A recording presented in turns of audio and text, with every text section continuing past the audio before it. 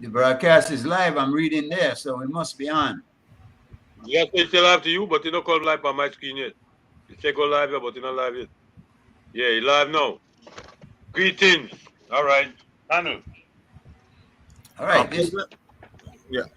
This is the panel that we have present. Mr. Gregory Morrison, can you hear me, sir? Yes, sir. Good evening. Good evening. Good evening to you. Mr. George Mavitt, can you hear me, sir? Yes, a pleasant good night, everyone. Okay, and that's redundant. It's a pleasant night or a good night. Or not, I'm just starting the argument yet. Let's go. Mr. Brackett. Yes, sir. Good evening to you. Good evening to you, sir. Good evening No, to you as well. George, that argument I've had on several occasions, and I looked it up and I found out I was right. But that being as it may, common usage has led it to being added to the lexicon. So if it is good with everybody, the consensus rules, the majority rules and that. George, I understand you're going to do an overview of the diaspora mission statement, correct? Yes. All right. I just want to Mr. Chairman, we have gone live, which means that we are universal. It's not just the four of us. Am I right? I would think so, yeah. Well, again, a pleasant good night to everyone, both in terms of the panel as well as the universe. This forum is really a forum of talking heads at this point. I know that we had sent out invite to definitely more than 4 persons, and perhaps they will join us subsequently. But this is a function of first things first. And if we have the makings of an institution, and when I say an institution, it will be people, at some point it may take the form of some formal entity, then there has to be rules.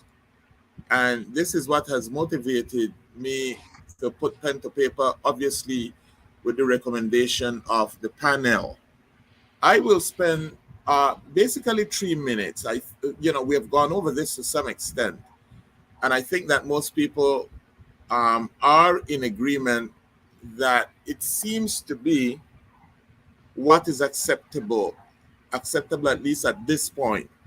I spoke earlier to, well, maybe a couple of days ago, it could have been yesterday, a day before, with Mr. Leonard Brackett.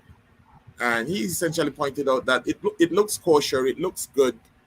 It looked like it would pass muster, but he found a little, just an editorial glitch where I had the. All right, so at some point, we may see that tonight, but if not, I will hunt for it and I will extinguish the redundant the. All right, so if you have the document in front of you, you will see that it is titled Belize Diaspora Strategic Development Framework, i.e. this is what guides our discourse or discussion and our thoughts going forward. And there are 4, I think there are 4 or 5. It's divided into vision, mission, values/principles, and goals. Let me go down. Just let me go down. Goals, objectives, activities, and rules. I will just pick 2 of each from these headings.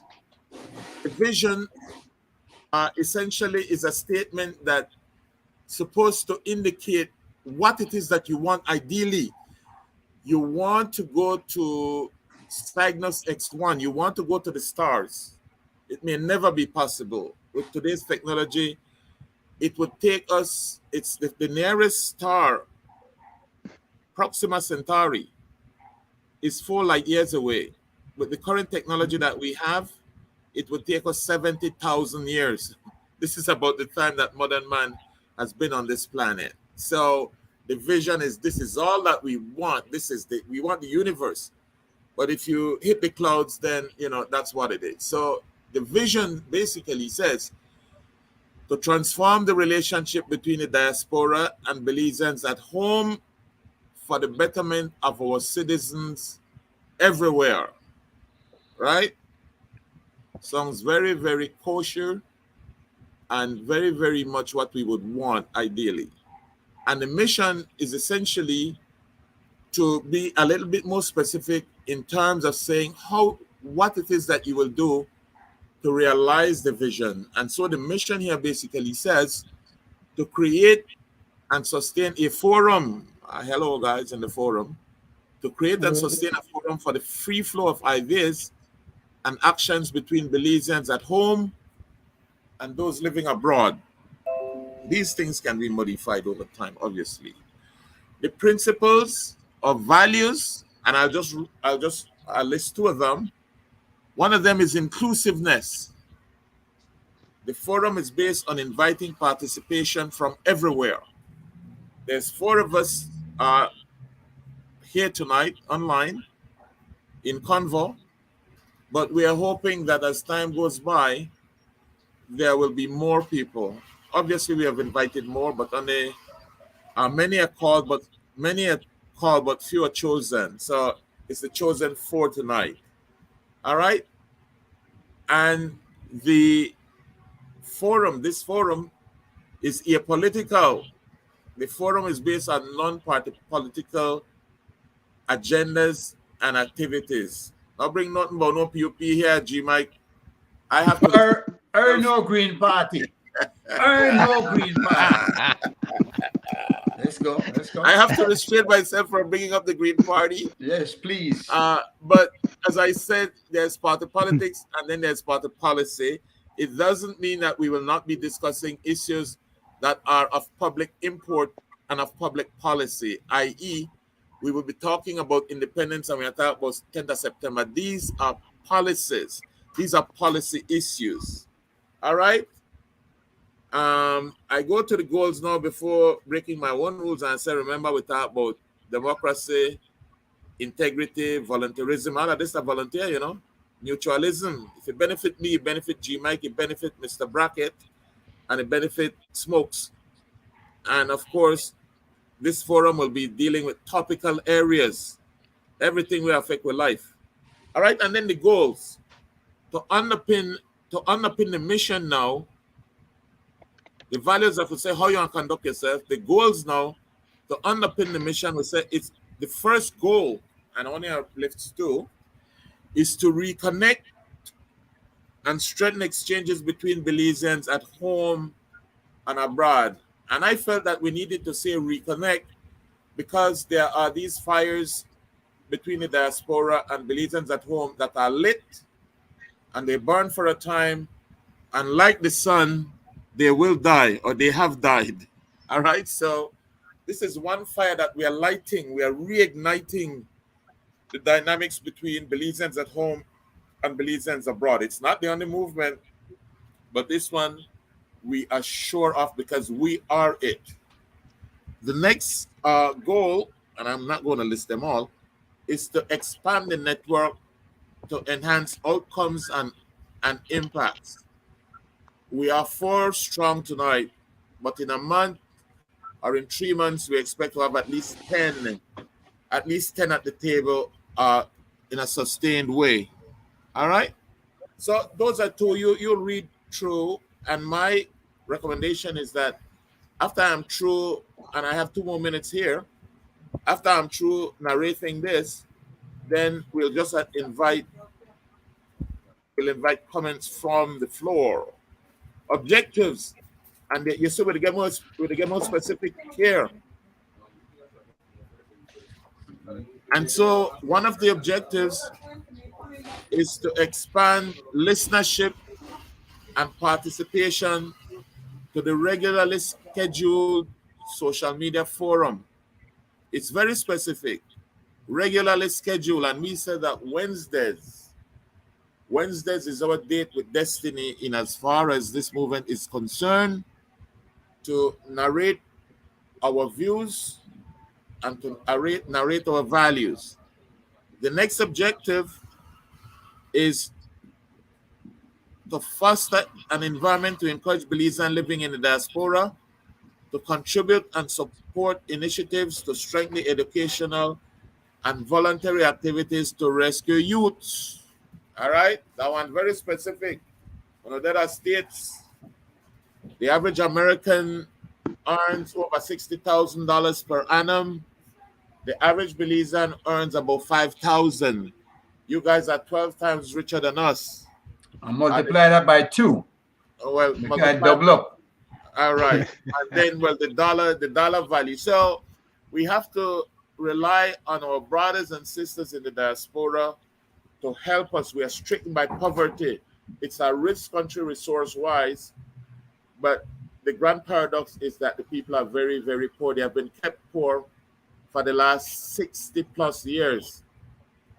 This is doing no small part to the PUDP, but we won't get into party politics, and I don't want to rile up G Mike on this one. It doesn't take much.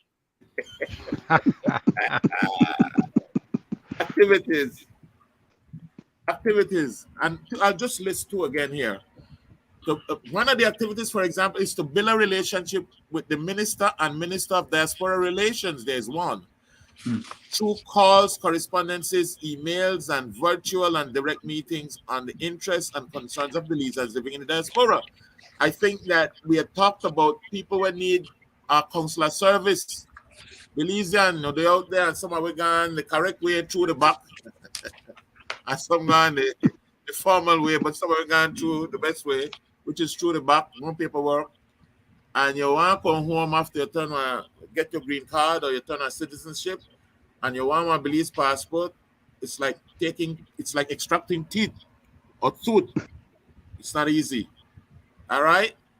And then another activity is to raise funds to build, staff, and operate a diaspora museum dedicated to tell the story of Belizeans living in the diaspora. To change that. You see, so it's getting down to, it started with wholesale bites, and then now it's down to mini bites. This is a tune stage. And the rules, and this is where I sent you guys Robert's rules. And so I'll just pick out 2 things here. Meetings shall be set at a place and a time set by the coordinator in Congress with the forum. Hello, it's not a dictatorial forum, we'll say it's democratic. And so the coordinator, Mr. Smokes, shall set the date and times for meeting in conversation with us. All right, and so we said, and this don't happen already, the coordinator shall be named from among the members of the forum. Thus far, I have to commend my brother Smokes for taking on the initiative. And we say that the media host, the coordinator shall chair the forum meeting broadcast. The media host shall be named by the coordinator in consultation with the forum. Meetings shall be governed by Robert's rules. Meetings shall be virtual, however, this shall not exclude the possibility for face-to-face meetings when you guys from the diaspora make it home from time to time. The language of communication of the forum shall be the official language of Belize, which is not Creole, guys. It is English. It is Her Majesty's English.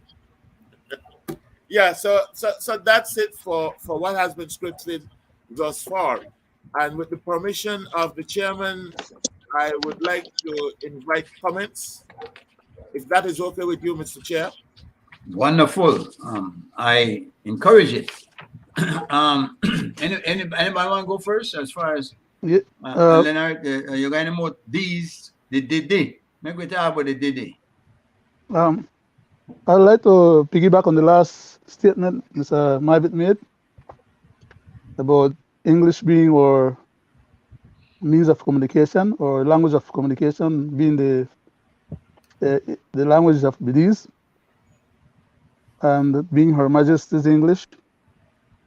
What we end up to do eventually when we take off the Queen header for the money, be the Her Majesty's head on the money, and be Her Majesty's loyal opposition or Her Majesty's government anymore. We are in a serious trouble. I was sure I thought because as to create controversy, but seriously speaking, it was not intended to disturb the committee of the group, no? Just to piggyback on Mr. Navid's last statement. What I find interesting, I just said all of that in a broad Creole. So basically now you go against the man's rules that are in English. I myself, I'm given to some Creole from time to time, and I am gonna maintain that. I mean, so let us say in English or close to there, or close there too. Not in any foreign language. How about that? As opposed to, because Creole, while we talk to each other, but I imagine you want, George, if other people who aren't Creole speakers who are listening in, that they would be able to understand. Is that the rationale behind that? Well, there's the law and then there's the spirit of the law. When I'm going to go to high school back in the 70s, 74, I started. Dr. Young was my English teacher, and prior to him arriving, we used to treat Creole as broken English. If we take that tack, and if you look at, for example, Jamaicans, we used to say that they speak Jamaican patois, but the Jamaicans have kind of upped it on us, and they're saying that they're speaking Jamaican English.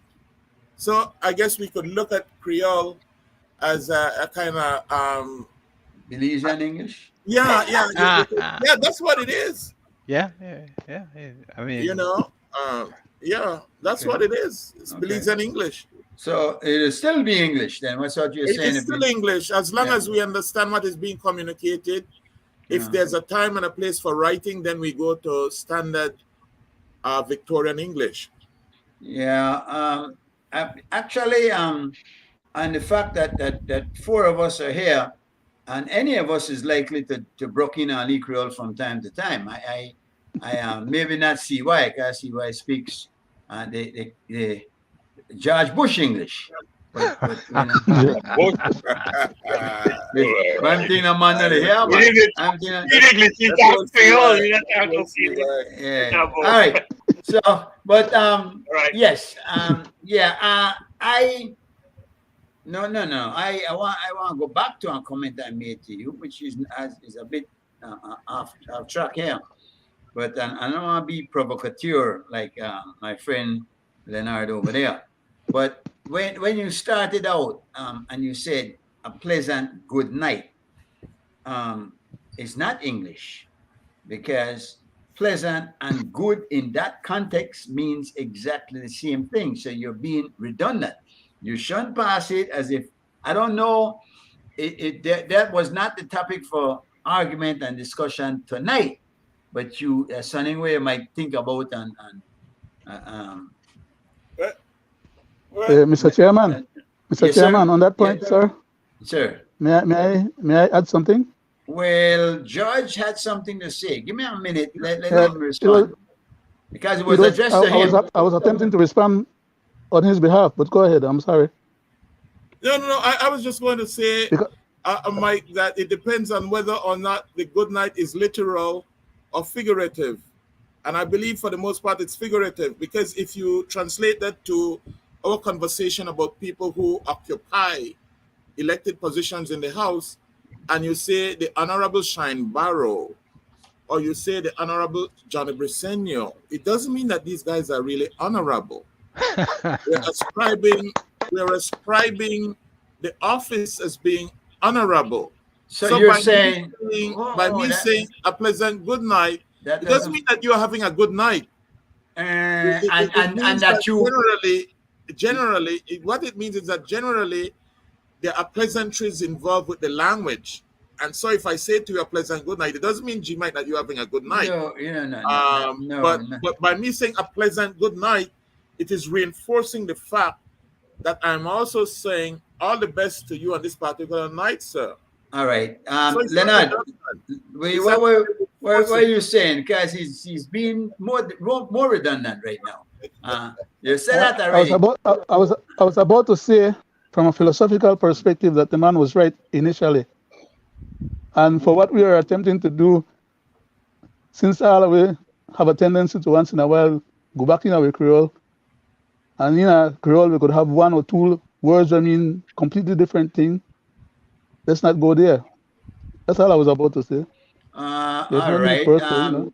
Let me say that the example that he brought forth makes no sense, and it doesn't follow, because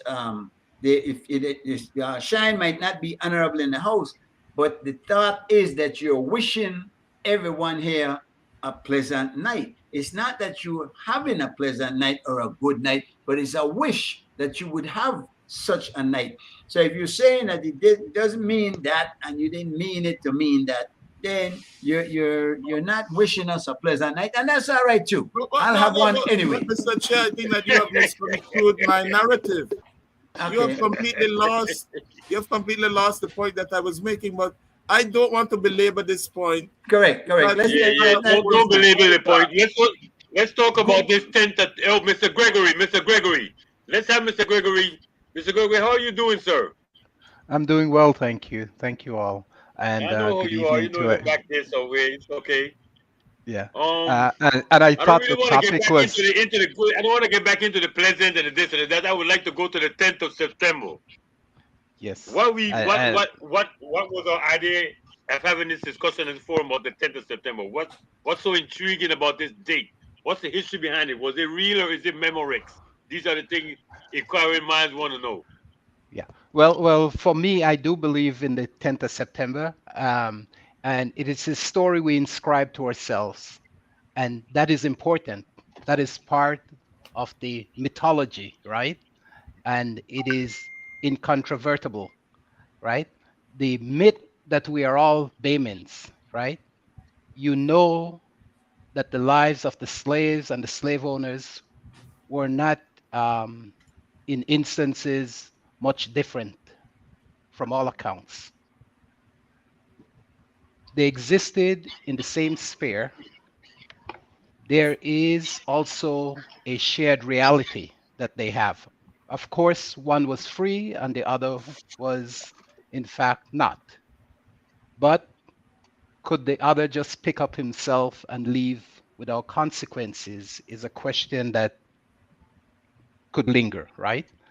And so for whatever reason, Right. the slaves stayed and they fought alongside the slave masters at the Battle of St. George's Key, right? And so we are told, and so history has dictated to us.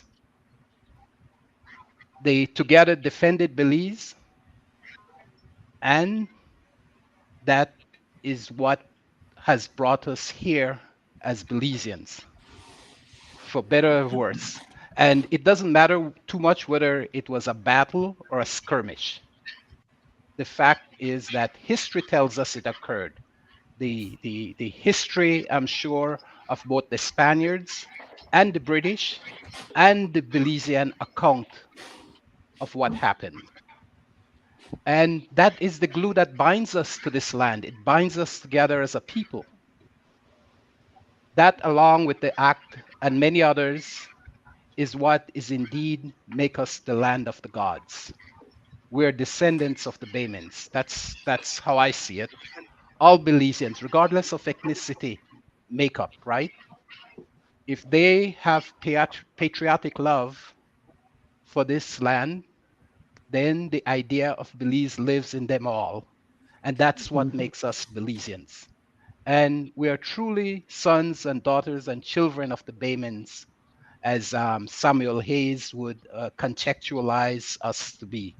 And for that, the myth is important. The myth, for me, is true.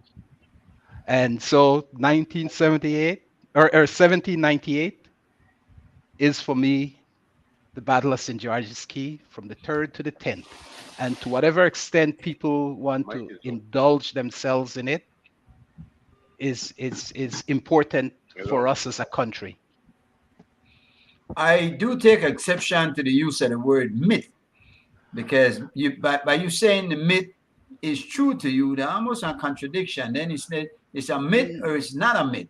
No, if you look, Michael, if you look at myth, there are different meaning and context to myth. It just means a practice. It doesn't mean that it's totally false and made up.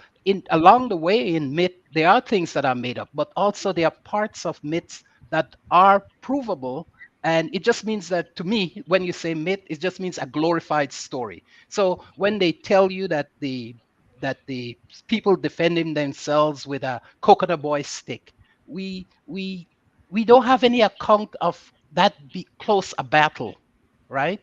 There might have been cannons, there might have been some land fighting, let me get George's view on this. Before we go any further, I have Arlette Gomez on the panel. You guys, before we go any further, Arlette, are you there? Arlette? Not yet. Probably the same thing, but anyway, she's when you come in and say something, you might mute. You just can't come out. Arlette, hi. Yeah. Good evening. Good evening, Arlette. Arlette. All right. Judge, I am looking at the word myth. Does it really mean, can it mean something that really transpired? Or does it mean that it's just a myth? I don't know. I'm going to have to look up the word. I mean, that has given me homework because I want to know what it is. I think that my initial thought is the same as yours, Mike. I think that Mr. Morrison linguistically is skating on very thin ice, and I won't go beyond saying that there's a denotation of the word and then there's a connotation. I think that the connotation of myth is that something that never happened, and that's what I thought. And I think that in the context of the Fent, if you say the mythology of the Fent, it sounds like something that did not happen. I understand what he means, you know. I understand what he means, because he's basically saying, but I don't know if the word he's looking for is myth or just story. You could say a story, or how it is. I would have said the paradigm. The paradigm. It's huge. It's huge in our consciousness. It is what unites us and at the same time divides us. So it's a paradigm. All right. I think that would be the better word. But I don't want to sound like every little thing has to be a kind of Shakespearean. Yeah. You know what? But this is the Mr. Barrow call it the hurly burly of Wednesday night conversation. So we know. I am no more right than Mr. Morrison on this one, but I'm just saying, like, for me, my understanding of it is I would not have used the word myth because it has a bad connotation. It does. I will agree that George, that myth and Mike, that it does have a bad connotation. But for many people, the level of what happened, it is clouded in some myth.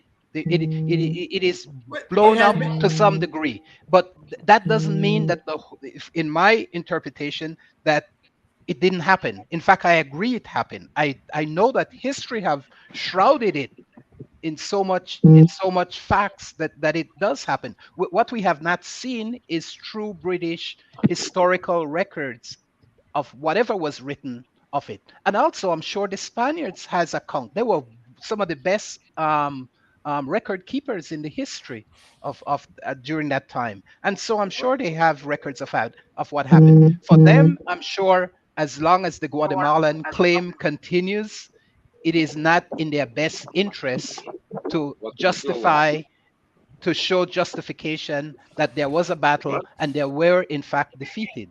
Yeah, I think I agree with you on that. I am on that side with you. That something did happen, whether it was a battle or a skirmish, something that happened. And what we have today bears that out, in that they never attempted to come back again after 1798. There's no history of that. now, as far as the black slaves fighting against the white slave master, that has always also been questioned. But again, you put it clearly that Mr. Mike, are we at the point of changing the angle of the discussion? Because I had something I No. wanted to contribute to the previous point before we You go know, we into don't change the the slave conversation. and the master. go ahead, though. But the Go ahead. conversation haven't changed. No, May I? go ahead. Yeah, go ahead. Yeah, okay. Thank you. The use of the word or term myth, as was originally put over or conveyed by Mr. Morrison, is appropriate in a particular context. And that's what contextualization is really all about in terms of understanding where a person saying something as compared to another person hearing the very same thing that person said and arriving at two different conclusions or perspectives. The problem is that in Belize, we have a problem as far as this issue, in that the paradigm now, I'm going to go back and use the term that Mr. Mahdi prefers to use, the paradigm as regards to whether or not there was a 10th of September battle or scrimmage or whatever other term or phrase any other person might choose to use, whether it did happen or not happen, to some people, especially at SJC, they used to be teaching this history class where the students were learning that, in effect, the Battle of St. George's Key was a myth, in the sense of how Mr. Mahdi and Mr. G. Mike would perceive it, when in fact, it is only being termed as a myth for convenience. And there's a back channel to that particular rationale. One, for example, to be dismissive about the effort that the black slaves played in terms of participating in whatever happened, whether it was a war or a skirmish, and whether or not the black slave actually physically helped to win the war. These things are esoteric differences that people get into when they're having a real discussion on that subject matter. But as far as the man on the street, when you tell them that, well, the Battle of St. George's Key never happened, and it's all a myth, and people are just propagating something that never happened, there's an objective why it's being done like that. Put your mic on me. All right, but I think, my brother Leonard, you're not addressing what the word, because that's what you wanted to go back to, the addressing of the word. I could tell you exactly what the word myth means from the dictionary. Yes, I'm looking at it right now. I have it too. It says a widely held but false belief or idea. That's only one of the meaning. Right. The first meaning of it is a traditional story, especially one concerning the early history of a person or exploring some nature or social phenomena and the typical involvement, supernatural being or event. Mm-hmm. That's the first meaning of a myth. So in the context that I presented it, I was thinking of it in terms of it happened, but there are lots of mystic things about it. Some things that it is geared to it it's clear that from some reasoning it may not have happened as the story is told, right? And that's why I feel strongly about the word myth as part of the glow of the battle, because for many people, like he said back in SJC, or not only in SJC, but even in people in government and some of our leaders has presented it as not a event that happened in any real way, and they have their reasonings for doing that, and that's fine. But I think there's enough evidence, and I think what supports us in terms of this Guatemalan claim is that the battle at the St. George's Key has to be presented as an event that happened and in fact endows us to this land. Well, I just wanted to cut back. Sorry. All right. I'll let Gal. Go ahead, George. I got a mosquito to try catch. Yeah, go ahead. There was quite a few. I, There was quite a few significant battles that took place, many of which people are not aware of, and or it's not being espoused, Yeah. and therefore people only believe or think that the 10th of September was the only skirmish or battle that occurred in Belize. Exactly. There are others that occurred before and others that occurred after. well, Yeah. on that note, I had sent out a poem that I wrote to G Mike that I asked him to share, and the gist of that poem is that it's obviously not a fiction. The gist of that poem basically says that we we refuse to be a people that would end up in some dungeon in Havana. Remember, a lot of our people were taken to Havana Mhm. during these raids by the Spaniards. Right. Right. So I'm just kind of pointing this out that there's a context to the 10th of September. It was not the under battle, but it was the final. It was the final major military initiative by Spain, and the forces I think attacked from Bacalar, someplace called Right. Bacalar. All right, so but Mhm. I just wanted to cut to the chase that says on the agenda is both the 10th and the 21st. And I thought that those were relevant mainly because in the context of the nation, I saw that the birth of the nation has to be very, very significant. And if you look at the history of it, the 10th of September is really the birth of the nation. That is when the nation was birthed. That is when we said, just like the Jews have said to Hitler, it's not going to happen again. This is when we planted ourselves and said, you know what? We're not going to be moved. And so that is when the whole issue of running away when the Spaniards came stopped. So that's the birth of the nation. Let me September the 21st, just let me fill out this. Go ahead. September the 21st is really independence. It's just like when you grow up, at some point you will leave the abode of your parents.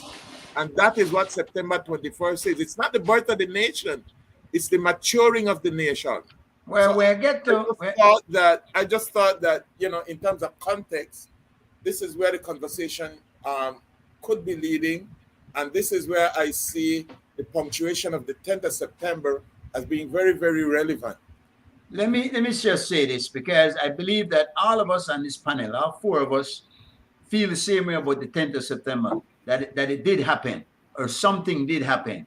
I think the bigger picture is what it does to the psyche of our people.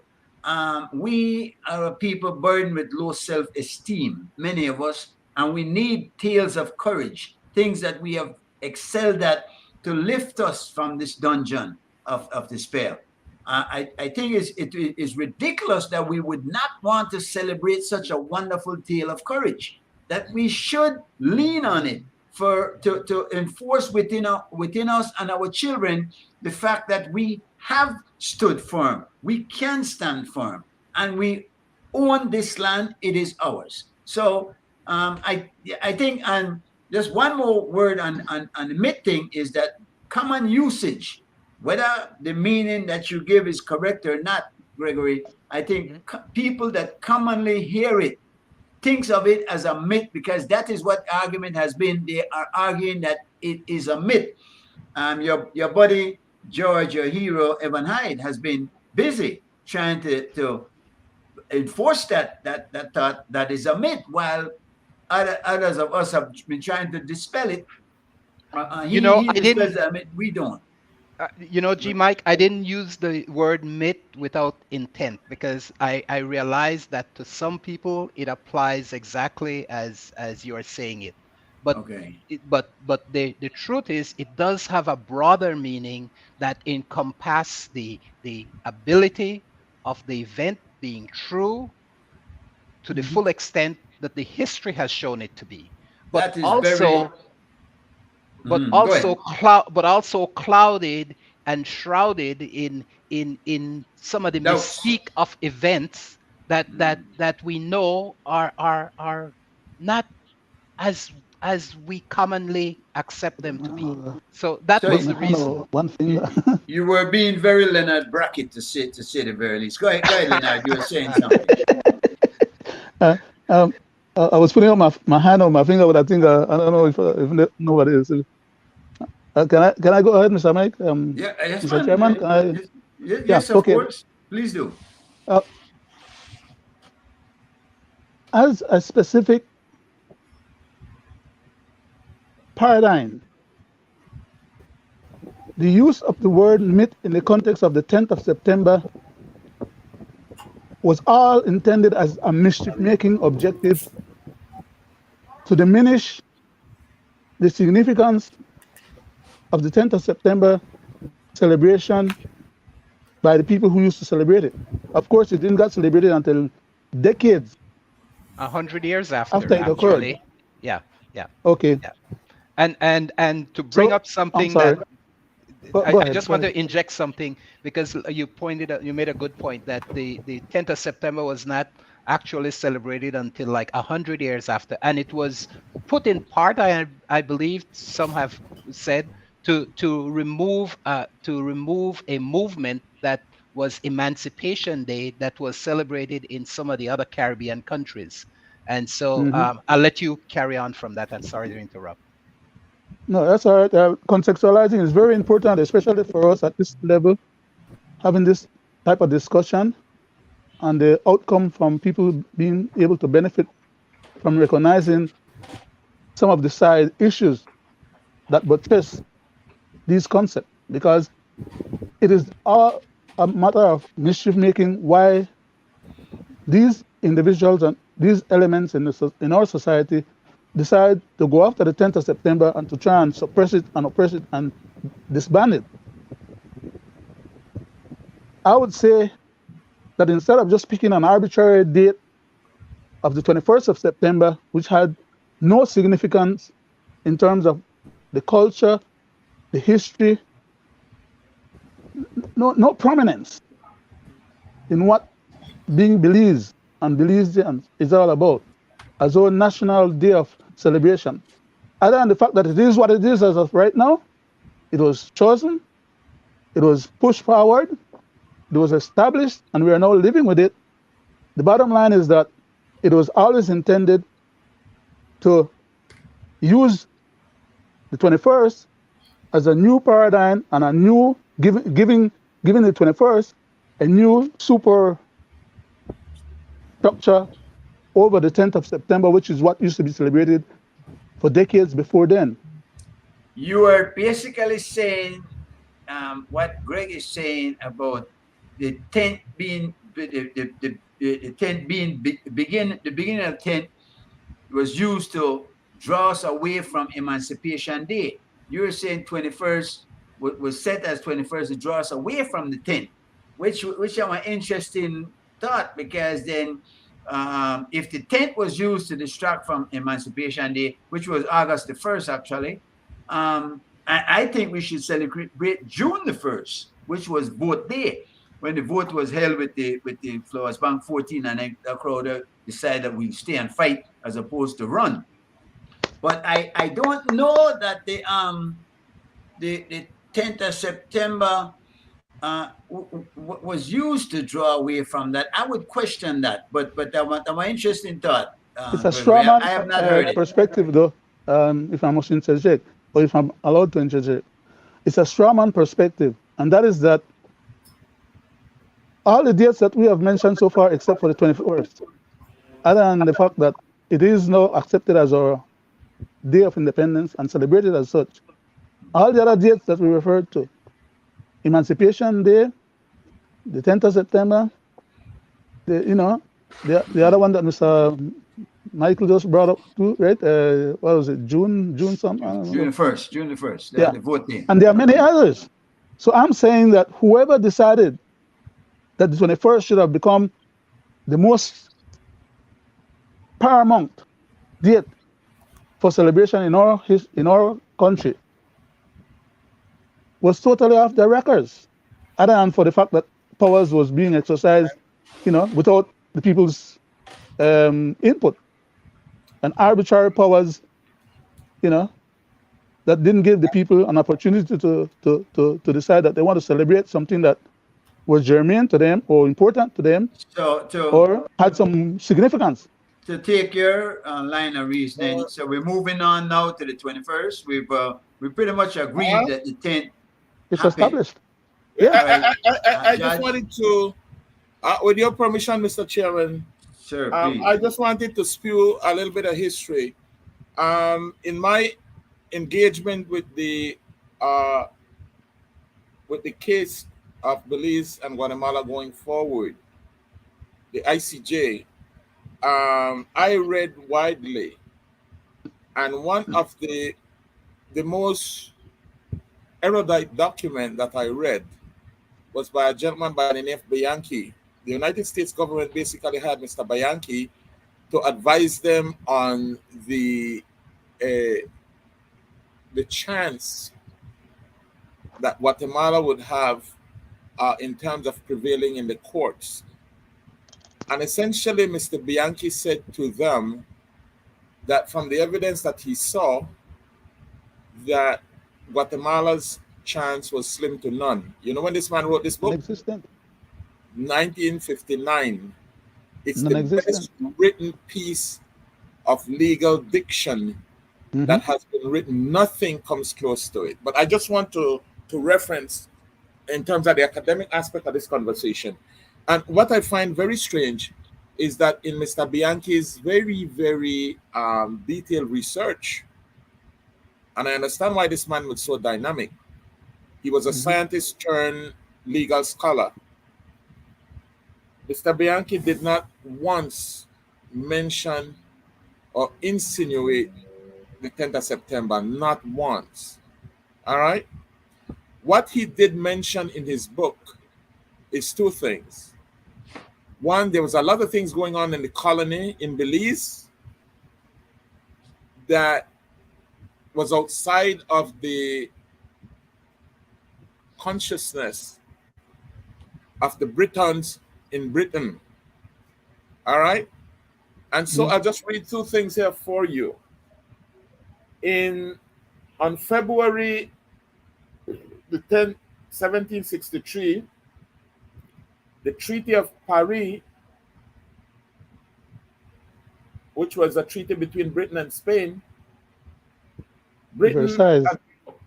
No, the Treaty of That was Paris. one of the Treaty of Versailles in Paris. I'll get back to. I could go to 63.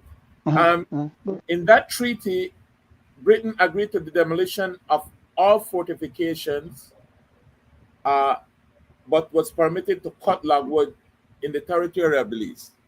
Hold that date for me. On July 14, 1789, in the Convention of London,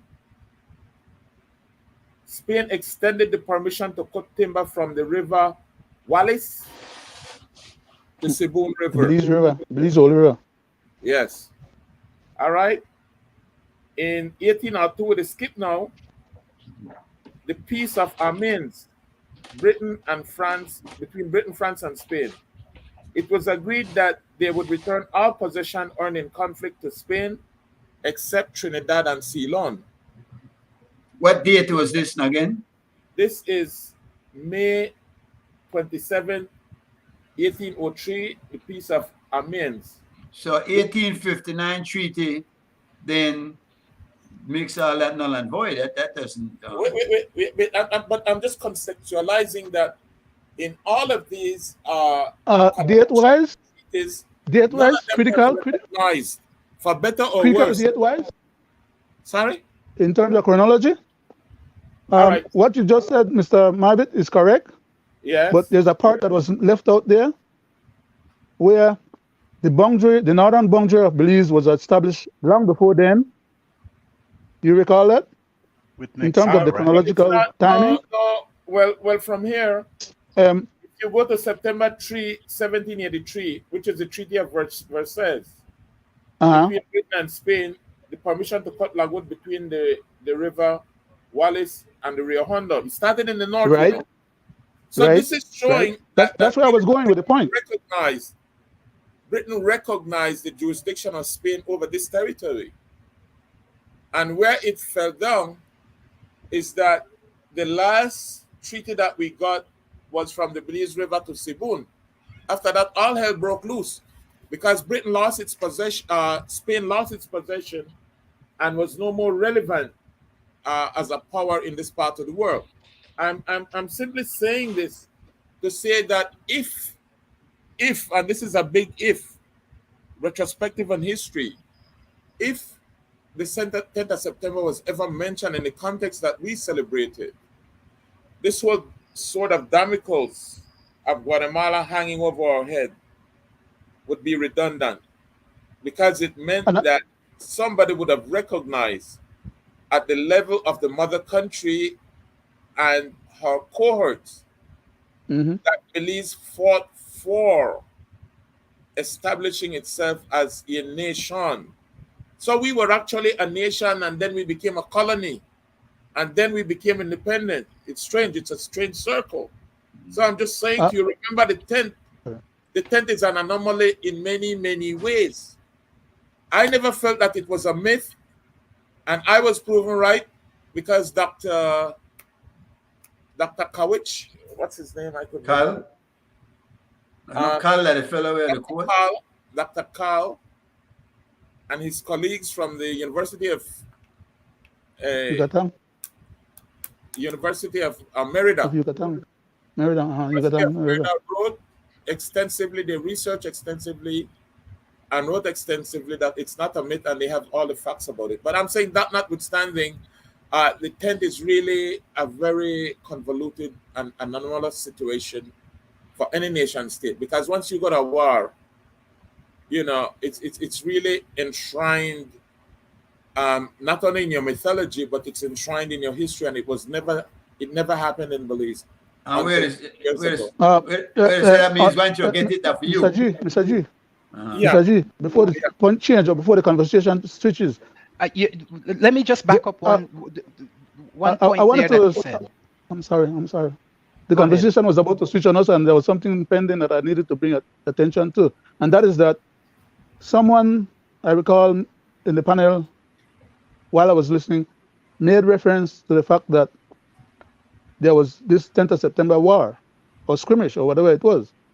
And I retorted back earlier in the conversation that there's more than just the one war or 10th of September battle.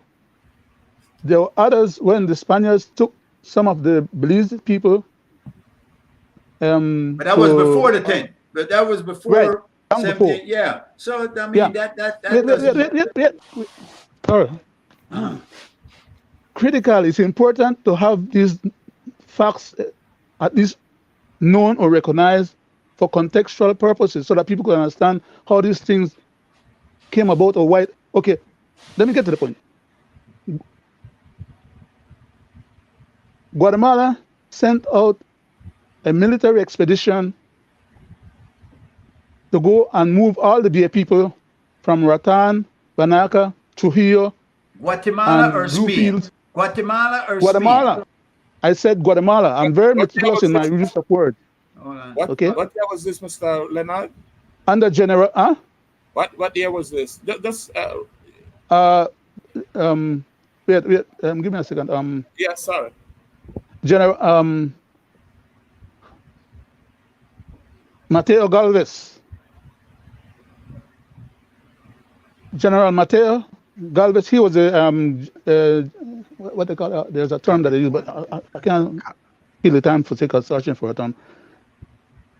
He was defeated soundly by some British troops, some of the Bia people, British troops from Jamaica, and some of the Bia people.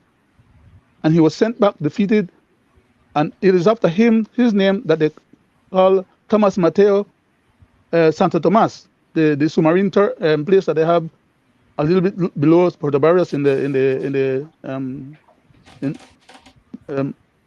bay. The islands. This general was soundly defeated, and Guatemala never before then and never after that put any effort together to try and come after Belize. As a matter of fact, what there year were some was people it? that they call there were some people that they call the filibusters, which is what some of the southern people that was fighting in the United States for their civil war went down to Belize and I were see living down you. into that area of the Bay Area. I And- see you, Gregory. What year was this, I'm sorry. Leonard? Because this is important. I can't bring the year right now. I'm just Well, bringing was the it- historical. Can you get back close on that one, though, Mr. Brackett? Well, was it before? Yeah, in terms Or of the was year. it before or after 1798? Because that's important. It was before. Well, then that It means was it wasn't before. Guatemala, because Guatemala was then not independent yet. So it would have Sir. been Spain acting through Guatemala. Guatemala No, was not Guatemala had its independent. own. Guatemala had its own captaincy, Captain which General, controlled the whole of Central America at one point. They were separate from the Dominion of Spain in what they used to call the New Spain, Nueva España, which actually was just Mexico. Okay? yeah, but Guatemala and Mexico, or Central America and Mexico, have always been maintained as complete different domain throughout the history. but Greg, you were saying you had something to say, Greg, because you had your hand up. I'm sorry, George, Yeah, but yeah. Greg has been quiet and Yeah. Well, Yeah. well, I think probably one of the issue with the claim with Guatemala and such is basically the boundaries. I mean, because we're bordered by two different countries, right? Mexico has pretty much resolved it that Belize is a country and they have established all the relationships and have shown friendliness to Belize and doesn't make any claim based on the same thing that Guatemala is claiming as part of inheritance from Spain. And so the issue Guatemala we was have, directed to do the same thing that Yucatan Mexicans then did. And that was directed, that came out of one of those Versailles suit for peace when they had the wars of the saints. what year was that? In what period was that? I don't remember the particular year. Okay. I would have to look it up to be specific. But you know. that would be following. But I'm just contextualizing how these things came about and putting them in context. I just want to go back to a point made by G. Mike, though, that in terms of the colonial administration of these territories, they were run by Captain Generalses. The Captain Generalses in Mexico Yes. basically ran everything from what we now know as the Yucatan border north of Belize all the way up far into the United States. Mexico owned more territory in the United States than the British did in terms of their colonies. And that was all run Right. from the Captain Generalcy of Mexico. The southern Right. areas were actually run by the Captain Generalcy of Guatemala. Mhm. And that was Which not was Mateo Guatemala Galvez. independent. That was Spain. All right, now, Guatemala fought for its independence against Spain in 1821. Guatemala was away from the table of claiming anything up until 1839. Why? Because Guatemala was at war with El Salvador. All right? In December the 4th, 1836, in the decree of Cortes, Spain signed a treaty of peace with its newly independent colonies in the Americas, which included Guatemala. In Central America. 1839, Guatemala unilaterally claimed sovereignty of Belize as an inheritance from Spain. Which she could not accepted do. by the British. This was not accepted by the British, since neither Spain nor any Central American state had ever occupied the territory. So although Exactly. it says Spain by virtue of the Pope Alexander back in the day, I'm just draw these lines, they never really occupied Belize per se, quote unquote. All right, that is Precisely a is my part of the point. contention. may I ask you a question, George? Yes. Has Spain ever been approached? Because I've never heard any statement from Spain. Spain has never acknowledged giving Belize as such to Guatemala, has she? Could not have. Well, she may have or Could she not may have. not have. And this is why Dr. Kyle is saying to us, do your research. Yes. Go to the archives Very in important. Guatemala and go to the archives in Spain, because if nothing else, the Spaniards don't know how to win war well. But what they are good at is documenting stuff. And this was Dr. Carl's caution. All right, in 1840, the United Kingdom declared that the laws of England is and shall be the law of the settlement or colony of British Honduras. So even before 1863, Britain was indicating as strongly as you can, these are my territory. What I find very strange, we have been walked back, really. I have a history of the Americas, of America really, and the Americas, in which it shows you all of the old map. All of the old map, they have two territories that stood out as British domain. If you go to a map of 1700, you will see that Belize, British Honduras is blocked off in the same red that the British colony and the East Coast were, as well as Jamaica. So all through, and I could show you guys this, all through the maps, successive maps, is showing that Belize was always a part of Britain. All right. So Mr. Chairman, on that point, sir, history again. But make Guatemala? this brief, because there's a reason I'm saying this. Listen to me. We have rehashed this. Let us finish the point then. There were two things we were talking about: the 10th and the 21st. We have not reached the 21st yet. We're way past 8 o'clock, going on 8:30 in my time, which means we're an hour and a half into the show.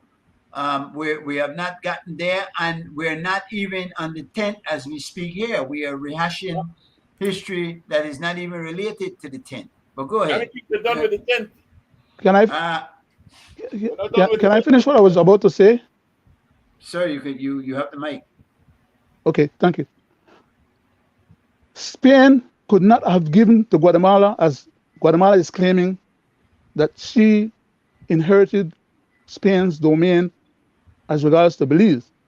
Spain could not give Guatemala Belize, which she had already ceded to the colony of the Bay people under the auspices of Britain.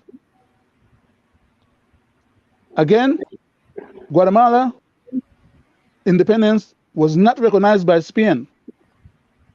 From the time they declared independence until 1864, which was 40 odd years later. Okay. Guatemala had already signed the 1859 treaty in that same period of time. Okay, Mr. Leonard.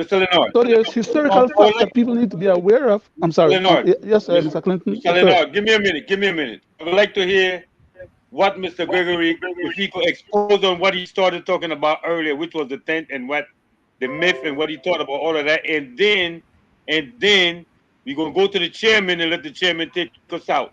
If we got to continue this conversation next week, then it's going to have to be precisely on the 10th or the 21st, one of them dates. That's what we're doing. I don't think we're done with the 10th, like George said, because we were done with the 10th, we'd have been into the 21st, and we're not there yet. So, and there's a lot of things we need to know about the 21st, and a lot of people need to know about that. But before that, I would like to get to Mr. Gregory. Mr. Morrison. Yes, sir. Yes, sir. One of the things. Thank you, sir. Thank you. One of the things that the 10th has shown and has caused is some local anguish, I believe, between Belizeans of different ethnicity, particularly the Latinized and the Creole, and maybe not so much the Garifuna.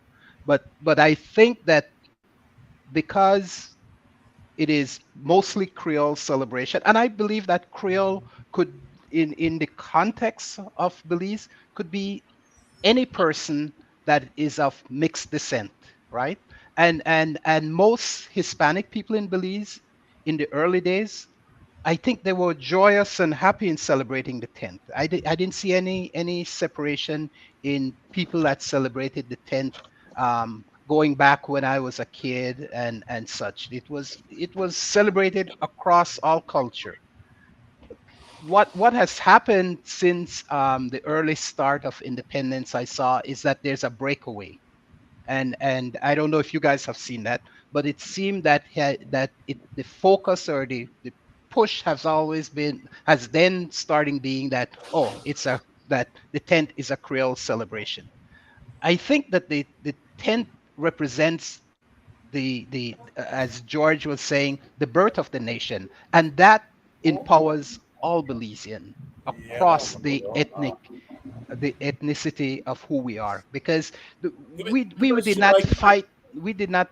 Let me just finish this one point. We did not fight to defeat or Aztec friends that makes up the majority of the Hispanic population that is now part of Belize. We fought against Europeanized Spaniards, and that was where the battle is, and that should be where it is. But because of local politics and because of some people seeing that as for political reasons, that and empowering the blacks and Creole and such, they created this division, and that's how I see it, and that's why I think it basically drifted from being a national unity celebration, which it is, to having some people putting severe doubts about what happened and throwing a lot of stones in the pond. All right, gentlemen, George stepped away 1 minute. I think though that we still are on the same page when it comes to the 10th of September. I think we all agree that something happened, and I think it should be celebrated with gusto. I think what we should do is celebrate the 10th and the 21st, but put all our celebrations within those 2 days, as opposed to starting in August and celebrating up to the 10th and then going up from the 10th up to the 21st. We should just put all our celebrations in that period of time, and celebrate the 10th and the 21st with equal gusto. Leonard, you're Yes, sir. biting at the bit. You're biting at the bit. Okay, thank you. No. Yeah. On that last point that you brought up about celebrating from the 10th to the 21st, before the 21st was interjected into our paradigm, we used to have many days before the 10th. Right. The Battle of the Bands. We had all different. We had Right. a number of different activities. Those of us who are at the age where you and I are, Mr. Marvin. I'm not Mr. Marvin. Mr. Michael. Mr. Michael. Yes, sir. We can remember that we used to celebrate the 10th as little kids. We look forward to get to leave back Goodies. cupcake and leave canteen there, and Yeah. Lemonade Yeah. and a cake, like cake and lemonade. Correct. Yeah. Right. Um, So what but happened is that the point you're all of that making, became irrelevant right, when the 21st came for about. political experiences. Okay. But as you And my would say, question is, Uh-huh. I'm sorry. I should No, leave don't that. be sorry, I was don't be about to ask a sorry. question that I should leave for No. next week. it is what it is. No. But what is your question? No, my question was going to go into why then use the 21st as a much more important date in the paradigm of our country's history. But Because Independence Day will always supersede. It is what it is, and it will always supersede the 10th and any other date of celebration in the country. That's a de facto status. are But you why saying and how come wasn't the 10th or one of those other days of significance in our history, just chosen? used instead of just an arbitrary date? Maybe it wasn't arbitrary. And that's what we need to discuss when we discuss the 21st. Yeah, Because exactly. Right, okay. Maybe it wasn't arbitrary. Yeah. We're gonna find that out. Inquiring well, minds it's- want to know. I will find that out. I told there's a people couple of that things- I know who killed Tupac, and nobody believes me. My boy. That's the way I- so. I- Wait, before I we go any know- further, I- before we go any further, before we go any further. Listen. I know what Wait. Jim Hoffa Berry. How about that? Go ahead. Well, no, but Now, what I'm but saying is, for me, the whole situation Mr. Chairman, I don't know if we're wind down or we're still in. We're winding down. We're winding down. We want to talk Yeah, about it's- a couple things that's Yeah. coming up. So, All as you right, see, I'm all right. flashing So- on the screen because so this is I would important, as say- important as the 10. This is important as a lot of things. So, in the meantime, yeah. we need Yeah. to get this I up. was You just know, going to say that from the standpoint of independence, you have to look at it from the standpoint of the colonialists, as well as from the standpoint of the people whom would be free from the yoke of colonialism. I believe from the standpoint of Britain, people will recall that the independence movement in Africa and in Latin America, well, in the Caribbean, I won't say Latin America, in the Caribbean, really began in earnest in the 1950s and the 1960s. And so you would recall that the only thing that kept us from having an independence in 1964 was the uncertainty of being invaded by Guatemala. That's the only thing that kept us back. Actually, what kept us back was really the rebellion against in 1968, I believe, the rebellion against the Webster proposals. So we kind of hopped, stepped, and jumped all the way to 1984. I believe that the interest of the colonialists is the profit motive. By the Mr. George. 1960s, Mr. George, Smokes. Mr. George. Yes, Mr. We have, of course, the time, Mr. George. There's certain information that we need to get out. It's very important, All right, and it's all time right, for Mr. us to Smokes. You shut have- it down you have until cut me next off. Wednesday. But in You the have cut me meantime, off. I want It makes- everybody to know this is You what's have been happening. This is what's happening. So you know, Cut me off you next gotta week, Mr. curb Smokes. your But it's all good. enthusiasm. It's all good. You It's have cut all me off good. next Be week. back here next week. I'm learning a lot. I'm All learning right, a lot. now, I want I'll to be hold back my before I bullets. go out. I'll hold my bullets for next week. Okay, yeah, that's what I'm saying. We got to do the 21st of next week. You got to do the 21st. There's a lot of things happening around here. I got the shirts coming out. They should be in Belize. You know what I mean? Thanks to Mr. Lenore, we sending some of the stuff down to Mr. Mike for the show, the Sea Smoke show. Of course, you guys gonna be probably getting one of your own in a minute, but there's a lot of other wait. little things that's happening. Do you What? know that today is the 8th already, man? Isn't it? What today? The 7th or the 8th? Yes, that's what I'm trying to tell you. You got 2 So weeks. that is 7. Today is 7. All right, tomorrow the 8th, so that 10th of September is right, yeah? This Yeah. Exactly. this tomorrow on the 8th, 9th will be 9, 10. Friday. It's the 10th, that is Saturday. That's Saturday. Yeah. Correct? So Belize shut down for the 10th. Well, with that one, the time Not goes for Good by, Friday on Monday. we would want it to be, but we're not shut down for the 10th. But So to celebrate Monday. I bet you if the 21st may fall from a weekend, then I give Friday or Sunday, though. I mean, Monday.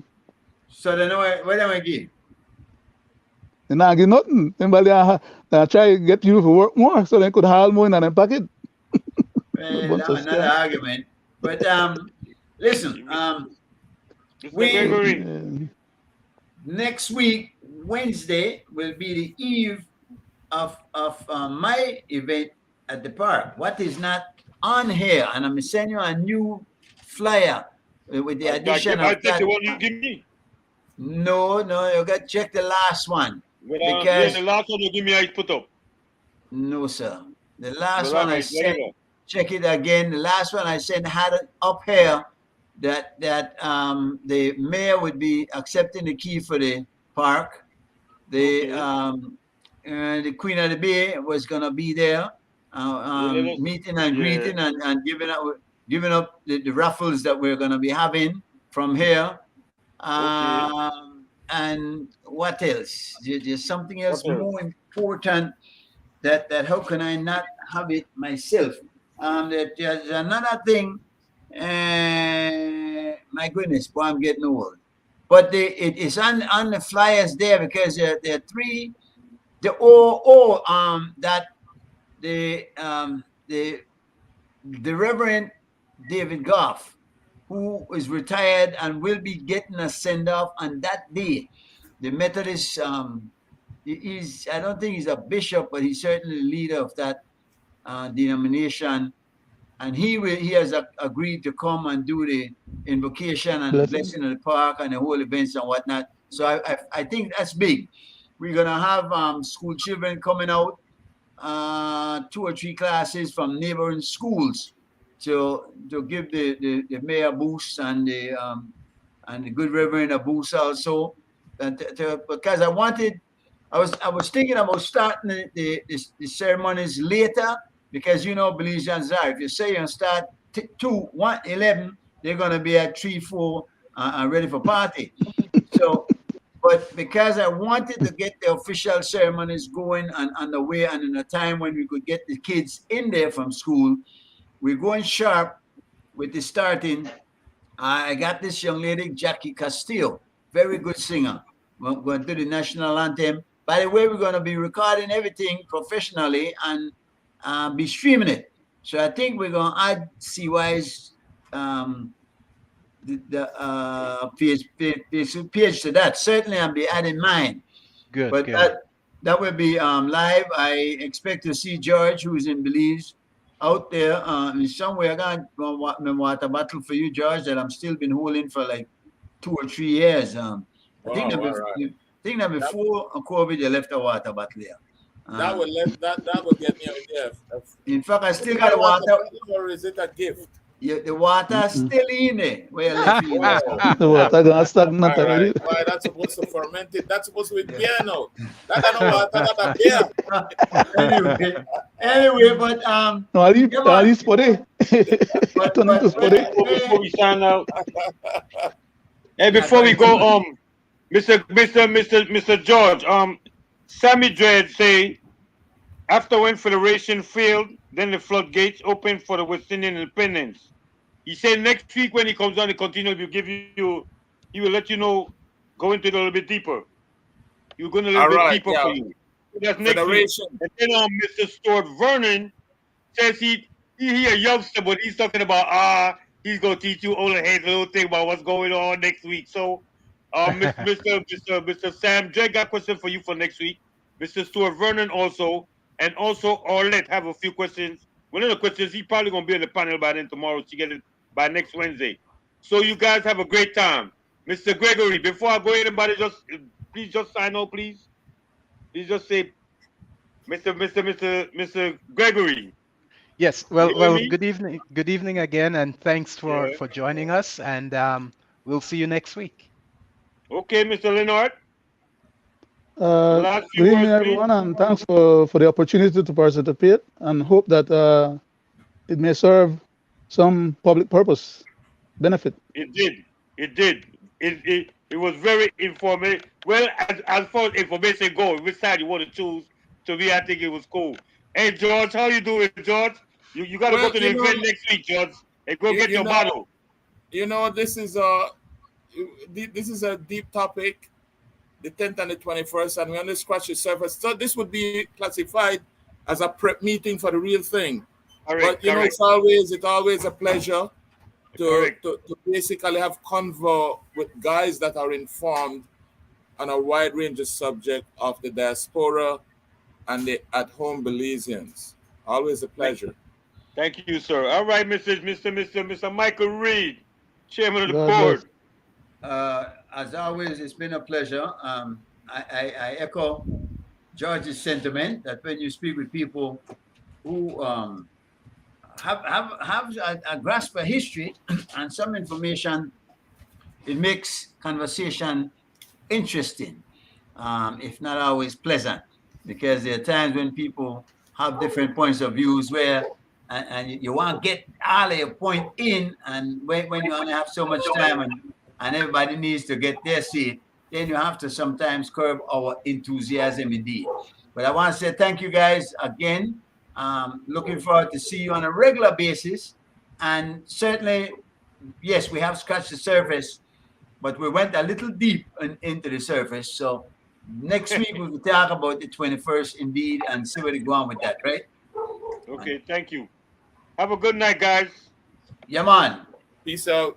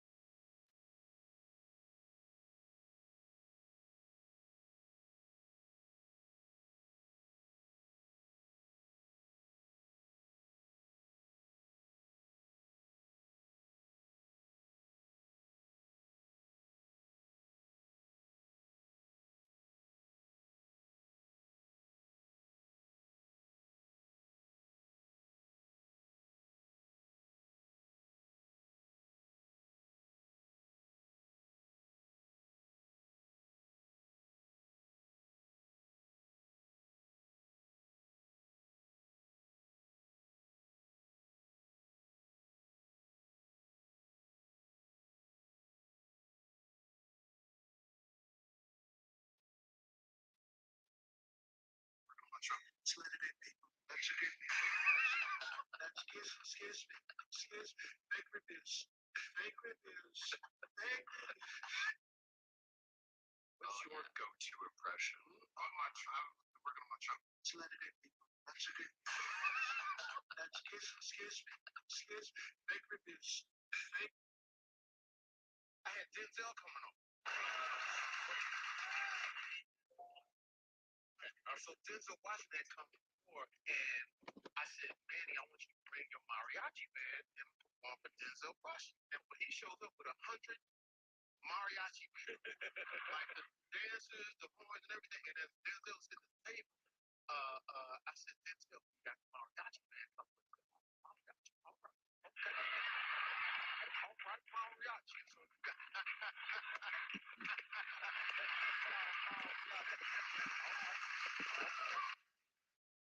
I had Denzel coming on. Girls are forced to grow up so quick, even by the laws of nature. When does a girl become a woman? Technically, around 5th grade. Remember the one day the teacher walks in the classroom, separates a class? Life changes after that one day. Teacher walks in, all right, all the girls, please. All the girls, get up and follow me real quick. We're going to have a little talk. I was like, what do they get to leave? We're going to stay at work? Jeremy, thank you. All the girls, please. Girls get up, well, what's going on? Is there a rainbow outside? I love rainbows. Girls come back 20 minutes later.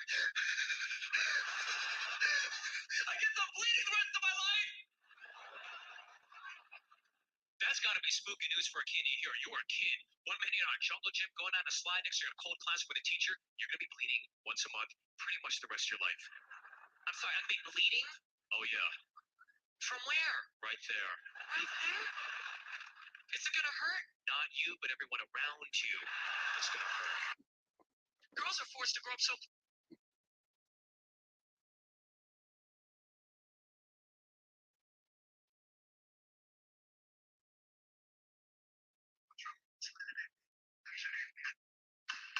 What's for dinner?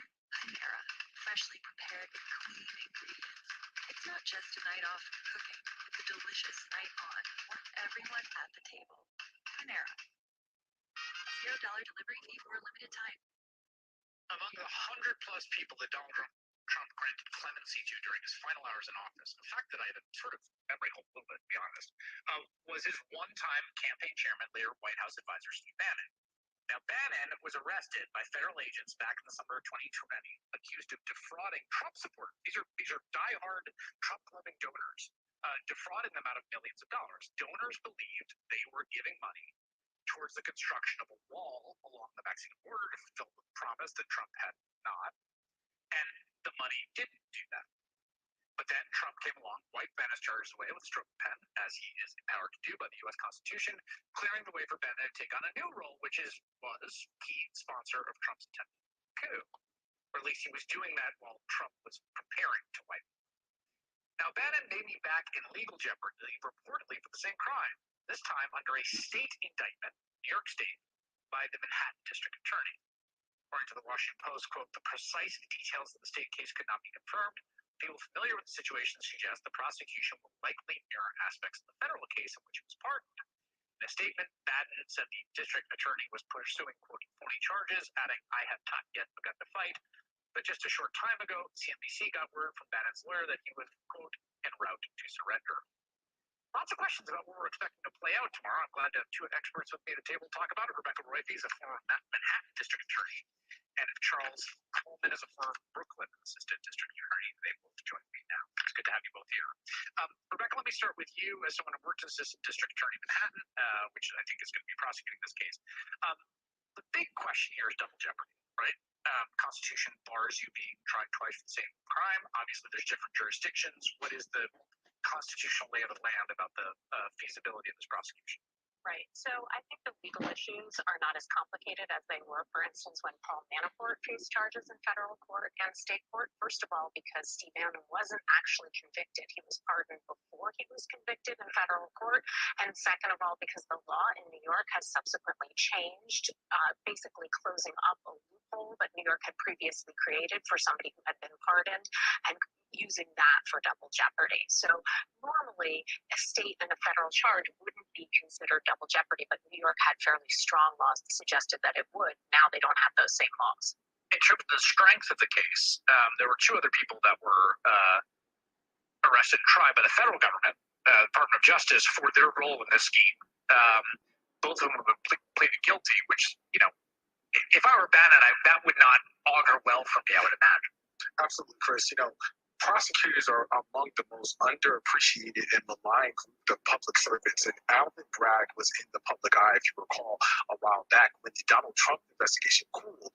And he was taking a lot of heat, some of them from his own ADAs, about not continuing the investigation. What we're seeing here is the fact that DA Bragg understands there are multiple routes to justice. And what he's doing in this case is going after, in a very strong way, people who are associated with Trump for things that they did, and he's holding them accountable. The fact that there were two other people connected to this case who were convicted is clear evidence, if you will, that there's a strong case, that there's something there where there's smoke, there's fire. And so regardless of the public persona and the posturing that Steve Bannon is actually doing in public, he has to understand that he's facing a very serious uphill legal battle with respect to these potential charges. It's very weird to me, his posture. I mean, obviously, I think he thinks it's good for his bottom line. I don't know if anyone's told him that you can't podcast in prison, and they only give you one shirt, not two. But you know, he's already facing like the possibility of time in prison for his conviction in criminal contempt, where he refused. I mean, he could have gone in and just said fifth, like Michael Flynn did. He could have tried to like litigate something. He basically just said like,